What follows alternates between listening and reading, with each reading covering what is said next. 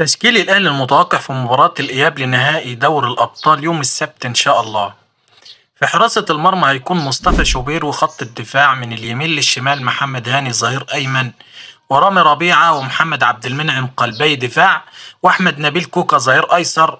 أما في خط الوسط هيكون مروان عطية وأكرم توفيق وإمام عاشور، والثلاثي الهجومي بيرسي تاو جناح يمين، وحسين الشحات جناح شمال، ومهاجم صريح وهو وسام ابو علي. ده التشكيل اللي بنسبة كبيرة جدا هيبدأ به مارسيل كولر، وإن كان فيه بعض التعديلات والمفروض يشتغل عليها كولر. التعديلات دي هي وجود محمد مجدي قفشة في وسط الملعب علشان يقدر يتحكم في إيقاع اللعب وسحب الفرقة من الناحية الدفاعية للناحية الهجومية، خصوصا ان قفشه عنده بساط سحريه ومن خلالها ممكن يستغلها الجناحين تاو والشحات، ويقدروا يعملوا خطوره على مرمى الترجي.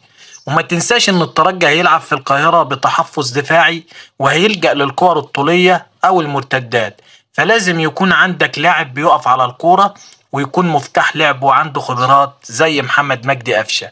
والتعديل التاني هو رضا سليم، ممكن يخرج بيرسي تاو ويلعب مكانه الشحات، لان الشحات ده مكانه وكلنا شفناه فترة كبيرة مع العين الاماراتي، وكمان لعب في الاهلي في المكان ده في بداية انضمامه للنادي الاهلي.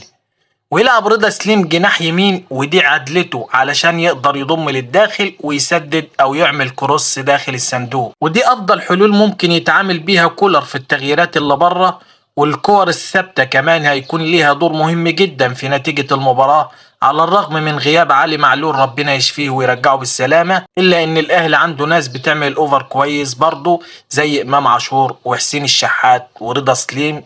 فالكور الثابتة سلاح مهم جدا في مباراة زي دي.